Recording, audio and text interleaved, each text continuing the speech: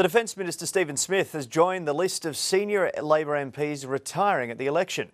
Mr Smith will continue to serve on Kevin Rudd's front bench until the election, but won't recontest his seat of Perth, which he's held for 2 decades. For more, I'm joined now by ABC reporter Oliver Peterson. Oliver, welcome. Why has Stephen Smith decided to quit politics? Well, as you said there, James, he's held the seat for the last 20 years. As we know, he's been a senior cabinet minister there, currently the Defence Minister, previously the Minister for Foreign Affairs.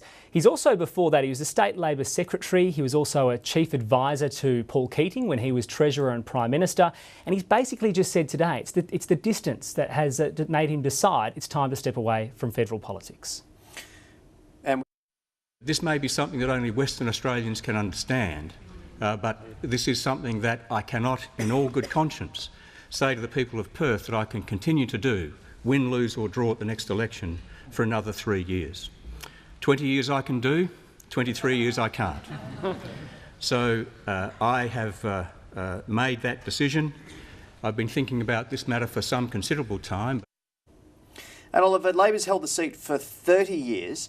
Is the party assured of retaining it as much as it can be, and who's emerging as potential candidates? Well, no, it's not, to be honest. The recent polls have even indicated there's about a 6 to 7% swing in the seat of Perth. If that happens, the Liberal Party are confident it can actually pick up the seat. Darryl Moore is the Liberal candidate. He has been door-knocking vigorously over the last 12 months. But at the moment, the Labor Party immediately, 2 candidates have come to mind. Tim Hammond, we know he's considering whether or not he'll run. He ran for Swan in 2010 and obviously didn't win the seat. Or then Matt Keogh, who is another lawyer. He's the Junior Vice President of the WA Law Society. He's also considering running for the seat. But obviously that pre-selection process will need to be done quick smart to ensure that the Labor Party has a candidate for the federal election. And Ollie, just quickly before you go, there's this sort of perennial rumour maybe that Stephen Smith would return one day and join WA Labor. Any indication that that might be on the card? Well, not at this stage, James, but that rumour, as you said, has been circulating for some time. Wouldn't be surprised if it popped its head up again, but I think we won't see Stephen Smith in the state Labor ranks. OK, Oliver Peterson, thank you.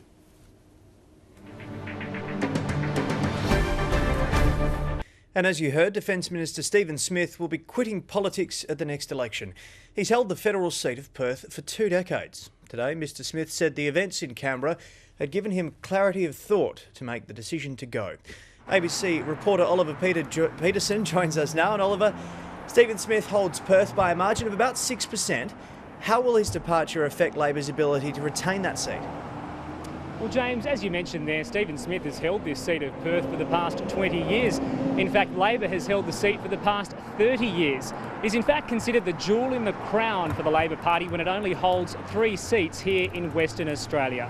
Now, the Defence Minister made an emotional valedictory speech to the Federal Parliament this afternoon where he paid particular tribute to his family. Jane has been long-suffering. Public life of its very nature as a participant is inherently selfish so far as our families are concerned. And although Mr Smith's announcement was a little bit of a surprise, who are the likely candidates to be running for his seat? Well, James, plenty of names have been mentioned this afternoon, but the ABC has learnt that a high-profile candidate is required to replace the Defence Minister. Suggestions that the State Shadow Treasurer Ben White should quit his safe seat of Victoria Park in state politics and make a tilt at federal politics. Now, if Mr White doesn't contest the federal election, then lawyer Tim Hammond is also being suggested. He ran for the seat of Swan in 2010 unsuccessfully, and he may nominate. If he doesn't, then Matt Keogh, who is another lawyer and is also the Junior Vice President of the WA Law Society and volunteers with domestic violence abuse victims, is another name being mentioned. But Labor is not guaranteed to hold on to the once strong seat of Perth, which it's held for the last 30 years. In fact, the Liberal Party believes it can win the seat, and its candidate, Darryl Moore, has been busy door-knocking with posters, mail-outs and on billboards, and the Liberal Party believe they have every opportunity of defeating Labor here in the seat of Perth. So, James, whatever happens, the seat of Perth is going to be a key battleground in this lead-up to the federal election. Oliver Peterson, thank you.